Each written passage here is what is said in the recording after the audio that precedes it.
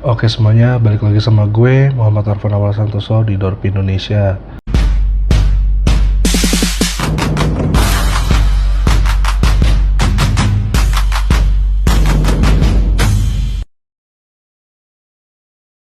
Sorry ini backgroundnya emang agak gimana gitu ya. Karena sekarang ini gue lagi ada di rumah gue yang di Cijantung teman-teman. Ya karena ada beberapa pekerjaan yang harus gue lakukan di sini. Jadi keterbatasan banget masalah lighting segala macem. Tapi alhamdulillah lighting di rumah gue ini lumayan bagus, dan apalagi kamera dari Oppo ini ternyata lumayan bagus ya untuk detailnya, terus untuk kecerahannya. Jadi ya agak ketolong lah di sini. Nah, sekarang tuh gue mau ngebahas tentang apa yang sekarang ini banyak banget menjadi perdebatan gitu ya. Ada kubu yang istilahnya lebih pro kepada mobil-mobil Jepang, yang dimana mobil-mobil Jepang itu didominasi di pasar kita itu masih didominasi oleh mobil konvensional ya, bensin, diesel gitu-gitu ya, ketimbang mobil-mobil dari negara tirai bambu teman-teman yang didominasi oleh mobil-mobil listrik gitu ya, dan PHEV segala macam. Pokoknya ya udah berbau-berbau teknologi masa depan gitu ya. Jadi gini teman-teman, perlu gue sampaikan bahwa yang perlu kita jadikan pemahaman bersama adalah semua mobil yang ada di Indonesia itu memang masih pemenangnya adalah mobil Jepang. Kenapa begitu? Karena untuk pasar di sini mobil Jepang itu secara brand awareness segala macem itu jelas lebih kuat. Bahkan produsen-produsen mobil asal Korea dan Cina yang sama-sama masukin mobil konvensional juga seperti Hyundai, Wuling dan lain sebagainya, itu secara brand awareness mungkin lebih terkenal mobil-mobil Jepang seperti Toyota dan Honda kayak gitu ya. Gue nggak bisa salahin juga kalau orang-orang itu masih lebih memilih mobil-mobil dari Jepang, yang terutama itu adalah Toyota dan Honda gitu ya. Jadi karena gini guys, mobil-mobil itu udah teruji selama puluhan tahun di Indonesia dengan baik teman-teman ya. Kalau mobil-mobil dari negara tirai bambu ini menurut gue masih istilahnya kita meraba-raba. Jadi it's okay aja kalau misalnya teman-teman semua masih banyak yang prefer mobil-mobil dari Jepang teman-teman. Ini mana mobil dari Jepang ini seperti Toyota gitu ya, itu udah punya pabrik di sini gitu loh teman-teman. Jadi dari segi komponen, suku cadang segala macem mungkin lebih baik teman-teman kayak gitu. Dan apalagi kayak Toyota itu memang mobil-mobil Toyota itu terkenal dengan kaki-kakinya juara teman-teman. Nah ini yang masih, jadi gini, kalau kalian bingung kenapa gue membahas kaki-kaki gitu ya, karena kaki-kaki itu adalah hal yang lumayan penting untuk sebuah mobil teman-teman. Jadi kalau kita beli mobil itu harus diperhatikan kaki-kakinya seperti apa. Nah kayak misalnya contohnya gue ya, ketika pilih BYD itu ya, gue nggak tahu kaki-kakinya ini seperti apa, dengan apa dalam jangka panjang ini kaki-kakinya bakal ada trouble apa enggak kayak gitu ya. Gue pernah nonton di B Channel segala macem, itu ada yang mengeluhkan di M6 ini kaki-kakinya ada bunyi-bunyi ya gitu, yang dimana ya mungkin kurangnya grease segala macem itu jadi pengaruh. Tapi gini teman-teman, dengan kaki-kaki itu ada bunyi-bunyi segala macem, itu udah harus kita waspadai bersama gitu ya. Walaupun ya akhirnya seperti di B Channel dia menjelaskan udah solve gitu ya, cukup dengan dibawa ke bengkel resmi segala macem, problemnya solve. Tapi kita nggak tahu nih kedepannya ini kita bakal bagaimana nih BYD nih gitu ya. Nah oke, gue tahu pasti banyak banget teman-teman semua yang pro banget nih ke BYD, karena dari segi brand awareness-nya tuh udah keren banget ya, udah pokoknya semua orang yang tahu produk atau brand dari BYD ini itu pasti positif ya kan? Karena BYD ini ya dia punya baterai lah, bisa bikin baterai, bahkan baterainya dinilai, katanya bukan dinilai, diklaim tahan lama, dan juga dia bisa didaur ulang teman-teman. Makanya itu menjadi nilai plus, walaupun itu hanya sebuah klaim ya, kita nggak ada yang tahu kebenaran kayak gimana. Kalau memang ternyata betul BYD itu baterainya bisa didaur ulang dan itu berarti aman buat alam, tidak menimbulkan polusi berlebih, itu menurut gue udah suatu hal yang jempolan banget tuh kayak gitu. Dan tapi kita perlu ketahui bersama bahwa BYD ini di Indonesia sendiri masih terbilang muda umurnya. Jadi kita nggak boleh tuh yang namanya, apalagi gue aja gitu yang udah punya mobilnya, gue nggak mau ngomong yang positif terlalu berlebihan tentang BYD ini, karena kita nggak ada yang tahu dalam jangka waktu kedepannya ini kayak gimana mobil ini kayak gitu loh ya. Jadi gue benar-benar nggak bisa menyalahkan orang-orang yang masih prefer mobil-mobil dari Jepang gitu ya teman-teman. Nah, yang kedua tuh sebenarnya ada di faktor harganya, harga dijual kembalinya, karena brand awareness dari mobil-mobil Jepang ini udah besar gitu ya, dan udah ketahuan lah nih. Gue misalnya beli Innova, ya walaupun katakanlah Innova Reborn katanya ada masalah segala macem ya, terlepas dari itu, Innova itu ketika dijual kembali, mau Innova tahun berapapun, itu harganya itu nggak begitu jatuh teman-teman ya. Bahkan ada yang Innova tahun lawas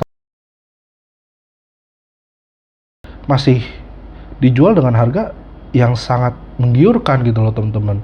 Jadi, dan yang membeli mobilnya juga ada, pasarnya tuh ada gitu loh. Dengan harga segitu, orang tuh dapat Innova, dia bakal seneng gitu loh teman-teman. Karena dia tahu ini Innova, Toyota gitu loh. Brand yang udah bertahun-tahun ada di Indonesia ini, udah lama banget gitu loh. Raja otomotif. Jadi orang tuh nggak bakal mikir dua kali beli mobil tersebut gitu loh.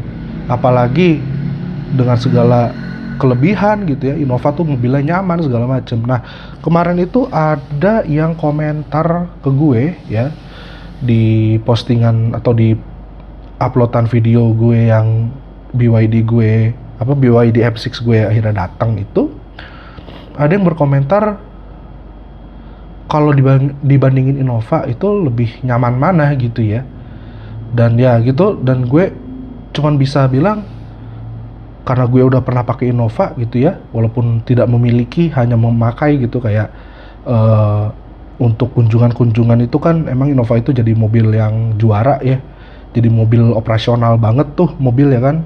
Itu gue bisa bilang mau Innova tipe apapun ya, selama itu Reborn gitu ya, karena di spesifik nanyanya Reborn, gue bisa bilang dan bisa gue pastikan lebih nyaman lebih nyaman Innova dari secara empuknya. Jadi Innova itu emang empuk guys, dia mobil empuk, nyaman ya, lega, tapi dia itu nggak sampai yang mentul-mentul gitu, nggak sampai yang membuat kita tuh akhirnya mabok kalau duduk di belakang.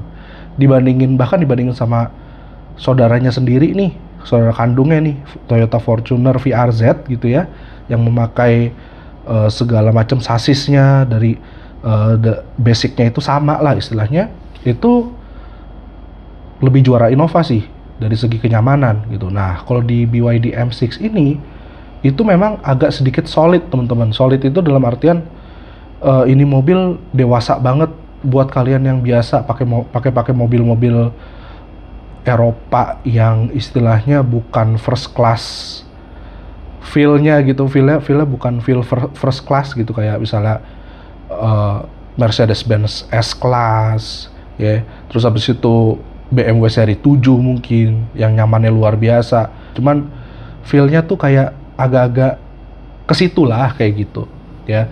Tapi ini mungkin khasnya mobil-mobil Chinese teman-teman, mobil-mobil Cina kayak gitu ya. Jadi tetap ada perbedaannya, tetap ada feel yang berbedanya, tapi mengarahnya tuh ke situ gitu loh teman-teman. Jadi gue bisa pastikan, apalagi untuk harga jual kembalinya, BYD ini bukan untuk orang yang emang ngincar ke situ gitu loh ya. Kalau misalnya kita bicara tentang efisien, nggak selalu bisa bicara begitu. Pada akhirnya teman-teman, kita jenuh sama mobil itu misalkan ya, kita harus menggantinya. Nah, ketika kita ingin menggantinya teman-teman, kita pasti berpikir akan harga jual yang bagus untuk kita. Dan untuk pembeli juga, dia mau mobil yang emang harga jualnya juga bagus untuk membeli. Jadi nggak bisa kita kekeh ngejual harga, misalnya M6 gue beli di harga 420, terus gue mau jual di harga nanti misalnya udah berapa, 3 tahun lah, katakan 3 tahun pakai, gue jual harga 370, 350, itu menurut gue nggak bisa. Jadi kayaknya pasti di bawah itu teman-teman. Lah BYD ini siapa? Pendatang baru kan begitu ya. Kita bukan ngomongin dari segi penjualan. Oke, penjualannya luar biasa, ngalahin Tesla di nomor 1 segala macam. Tapi guys, karena BYD itu, kita lihat BYD ya, oh itu mobil Chinese, mobil Cina. Ya harganya juga, harga belinya juga sangat kompetitif. Bahkan untuk kompetitornya ya nggak bisa ngalahin harga BYD lah. Kayak Aletra gitu-gitu kan, dengan kondisi yang menurut gue lebih gagah, lebih interior lah ya, interior, karena BYD M6 ini interiornya sangat kuno gitu ya teman-teman. Itu juara ya, tapi dia nggak bisa ngasih harga seperti BYD M6, gue yakin. Dan bahkan katanya itu juga harga yang termurah itu belum termasuk wall charger, yang dimana BYD M6 dengan harga segitu itu juga belum termasuk wall charger, tapi itu harganya lebih murah daripada Aletra teman-teman ya. Ya nggak tahu, nanti mungkin ada diskon segala macem, gue nggak tahu, tapi yang jelas kayak gitulah gitu. Karena apa ya, karena sebetulnya BYD ini lagi fokus untuk ningkatin penjualan dulu gitu loh ya. Kenapa dia nggak ngasih harga yang tinggi atau bahkan mungkin setara lah sama mobil kompetitornya, bahkan dia ada di bawahnya kompetitornya? Karena dia memakai strategi bisnis yang memang cukup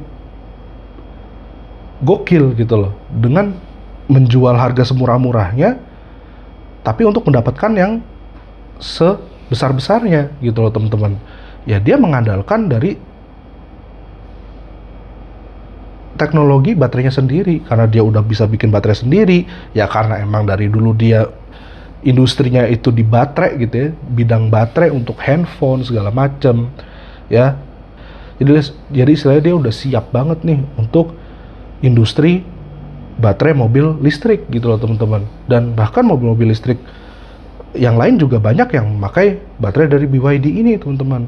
Nah, gue sih berharapnya ya, dengan adanya brand awareness yang baik ini gitu, itu akan menaikkan nilai jual kembalinya juga. Cuman maksudnya nggak bisa kita berharap nilai jual kembalinya tuh segitu besarnya gitu loh ya, yang angka-angka yang tadi gue sebutin. Karena apa? Orang tuh ngertinya adalah image-nya ini ya, mobil BYD ini si Lion-nya ya, si Lion 7 Seal itu, oh dia kan lebih murah waktu belinya nih daripada misalnya kayak Seal itu kan kompetitornya Ioniq 5 sama Ioniq 6 nih gitu katakanlah. Ya tetap lebih murah kan nih daripada Ioniq gitu loh. Nah, oleh karena itu jadinya orang tuh pasti punya gambaran ketika ada orang jual BYD Seal dalam keadaan bekas, itu pasti harganya jadi lebih turun daripada Ioniq kayak gitu loh teman-teman, ngerti kan ya? Jadi misalnya katakanlah Ioniq tuh setengah harga ya, mungkin BYD bisa setengah harganya kurang kayak gitu loh ya. Tapi balik lagi, kalau kalian memilih untuk membeli mobil listrik, menurut gue apapun ya, Teslanya yang mewah kayak gitu, menurut gue tetap kalian kan udah memutuskan untuk membeli mobil listrik ya, kalian harus tahu mobil listrik ini adalah mobil dengan teknologi baru, dengan apa namanya, sistem yang baru gitu ya teman-teman.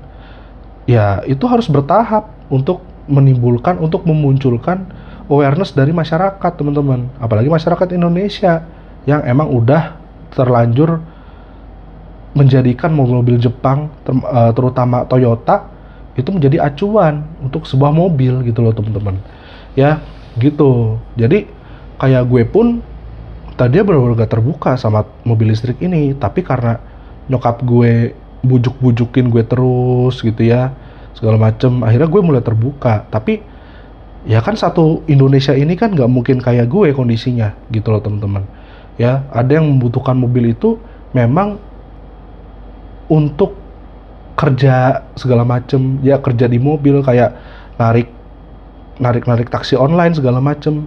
Nah itu kan harus dipertimbangkan lagi kalau untuk membeli mobil listrik gitu loh teman-teman, karena mobil LCGC tuh udah banyak banget di Indonesia dan dari perusahaan otomotif yang terbesar pula. Jadi ya nggak bisa ada yang ngalahin sih menurut gue. Semurah-murahnya mobil listrik, orang pasti akan condong untuk milih ke, orang Indonesia ya, akan lebih condong untuk milih ke mobil Toyota yang LCGC kayak gitu loh ya, Daihatsu gitu ya. Jadi menurut gue ya sah-sah aja, dan itu tantangan untuk mobil listrik ya, maupun produsennya dan juga orang yang menjadi penggunanya, untuk gimana nih caranya nih, strategi yang kita lakukan gimana nih untuk akhirnya meningkatkan awareness-nya itu sendiri gitu. Karena awareness ini penting banget loh teman-teman ya gitu. Nah untuk memunculkan atau menimbulkan brand awareness yang besar, orang-orang kita ini harus tahu produk knowledge-nya tuh kayak gimana, baterai ini bagaimana, dan itu dimasukin ke pemikiran orang Indonesianya, itu di otak-otak kita itu sangat lama waktunya. Jadi nggak mungkin bisa 5 tahun ke depan udah orang-orang pada beli itu semua segala macam, enggak. Toh sekarang ada mobil listrik yang bernama BYD ini yang diagung-agungkan oleh masyarakat Indonesia, terus lalu kita bisa enak-enakan, kita yang penting kita beli BYD segala macam. Oh ya nggak gitu, karena kita harus mikirin nih nanti 5 tahun ke depan nih mobil gimana kayak gitu ya. Apalagi nih mobilnya baru, mobil aja baru, kita belum tahu masalah-masalahnya yang mendalam, gimana nanti untuk harga jual bekasnya kayak gitu loh ya gitu. Jadi nggak usah berdebat mana yang lebih baik gitu, apalagi masih mobil-mobil Cina nih, masih sama mobil-mobil Cina. Nah gue kocak aja tadi tuh di threads itu gue ngeliat ada yang posting mobilnya itu Wuling itu ya, mobil Wuling EV itu ngejogrok katanya gitu ya. Terus udah lapor ke Wulingnya segala macem, sekali datang teknisi dibenerin, di jumper katanya ada masalah di aki gitu-gitu. Terus yang kedua kalinya harus bayar 150.000 bayar biaya kunjungan. Terus pas didatengin ke bengkel resminya, katanya orangnya bingung ya, akhirnya penggunanya juga jadi bingung gitu loh. Orang yang teknisnya bingung ya, montirnya nih ya, montir aja bingung apalagi yang gunain gitu ya, penggunanya juga pasti bingung. Nah terus ada yang komentar ya, makanya kalau beli mobil listrik tuh yang bener-bener aja ya, minimal tuh kayak BYD sama Chery katanya gitu ya. Kalau Wuling tuh emang di Cina aja udah ampas ya. Menurut gue ya nggak bisa ngomong begitu, karena Wuling itu istilahnya yang paling lama nggak sih di sini untuk masalah mobil EV-nya. Bisa aja dia udah melewati apa yang kita baru lewatin kan, istilah kayak gitu. Dan nggak menutup kemungkinan juga BYD atau Chery gitu ya, nantinya kedepannya ini akan ada masalah-masalah yang serupa gitu. Karena menurut pengamatan gue juga ya, dengan mobil gue, dengan mobil bokap gue, karena gue udah menggunakan itu lebih dari ya udah sebulan lah, udah berminggu-minggu, udah sebulan lah ya buletinnya. Itu dengan mobil yang sama, itu gue punya satu hal yang akhirnya baru gue ketahui, yaitu adalah mau mobil pakai nggak dipakai, mobil listrik itu baterainya akan tetap habis dengan sendirinya gitu loh. Makanya lebih baik dipakai kayak gitu ya. Jadi mobil listrik itu begitu ya. Ya gue nggak tahu ya, kayak brand-brand Hyundai, terus habis itu Tesla segala macem. Ya karena logikanya sih gini, ya kayak handphone, kita cas ya, kita cabut dari casannya itu di angka 100%. kita diemin ya, kita diemin, nggak usah dimainin segala macam. Tapi kan handphone itu standby ya, ya kan? Nah, walaupun baterainya itu habisnya itu nggak secepat kalau kita mainin, tapi yang pasti adalah dia tetap akan habis karena dia standby. Begitupun juga dengan mobil listrik, ya. Ya mobil listrik bro, kita ngecas listriknya itu benar-benar yang mengepalai semuanya gitu ya. Nah, jadinya kalau mobil di keadaan standby kayak begitu, ya tetap aja dia akan tetap turun baterainya, walaupun enggak sesignifikan kalau misalnya kita pakai kayak gitu.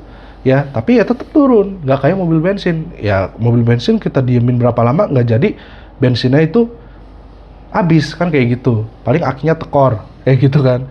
Ya tinggal di jumper. Nah, kalau mobil listrik itu nggak semudah itu. Kalian harus ngecas dulu gitu loh. Ya, itu sih yang gue tahu, yang gue baru tahu gitu ya. Ya secara logika masuk gitu loh. Ini bukan kesalahan, ini bukan keanehan. Karena emang kita biasa menggunakan handphone aja emang seperti itu. Ya ini kita logikanya kita pakai nih sekarang di mobil listrik yang memang kebutuhannya tuh mirip-mirip kayak gitu. Kebutuhan untuk dicas. Ya, dicas dan digunakan gitu ya teman-teman. Ya, kita lihat aja sampai sejauh mana mobil listrik ini berkembang teman-teman. Ya semoga aja dalam 1 atau 2 tahun ini gue nggak menemukan masalah yang berarti ya untuk BYD M6, karena ya lagi-lagi gue sangat, ini keputusan gue untuk beli mobil listrik itu sangat amat beresiko gitu ya. Ya kalau kenapa-napa bener-bener ya udah gitu, gue nggak punya mobil, ini mobil satu-satunya kayak gitu loh ya. Jadi ya semoga aja nggak akan ada masalah-masalah kayak begitu ya, dan semoga aja kita bisa juga terbiasa untuk menggunakan mobil listrik, dan juga sarana prasarana untuk chargingnya juga harus diperluas lagi ya, kalau bisa sampai ke pelosok segala macam, karena mungkin ya kayak orang-orang di pelosok itu ya belum tahu mobil-mobil listrik itu bagaimana, cara kerjanya bagaimana, ngecharge-nya itu bagaimana ya, karena kebutuhannya ya rata-rata mobil-mobil yang untuk lintas daerah gitu teman-teman, yang emang masih dimenangin sampai sekarang sama mobil konvensional. Karena walaupun ada mobil listrik yang range-nya itu bisa 1000 segala macam, tapi harganya gue yakin nggak semurah itu. Tapi kalau mobil konvensional dengan budget mungkin cuman 200-300 jutaan tuh udah ada gitu loh teman-teman. Ya mau bekas, mau baru, ya itu kan tergantung kemampuan diri sendiri kayak gitu ya teman-teman. Jadi kayak gitu ya, stop untuk ngejudge, oh mobil listrik begini, mobil bensin begini, mobil dari produk A begini, mobil dari brand B begini. Nah, itu hanya waktu yang bisa menjawab itu semua ya. Tapi menangnya adalah mobil Jepang, karena waktu udah menjawab ya, bisa lebih bernapas lega gitu loh teman-teman ya. Oke, jadi sekian aja dari gue Muhammad Arfan Awal Santoso dari Dorp Indonesia. Gue pamit, bye bye.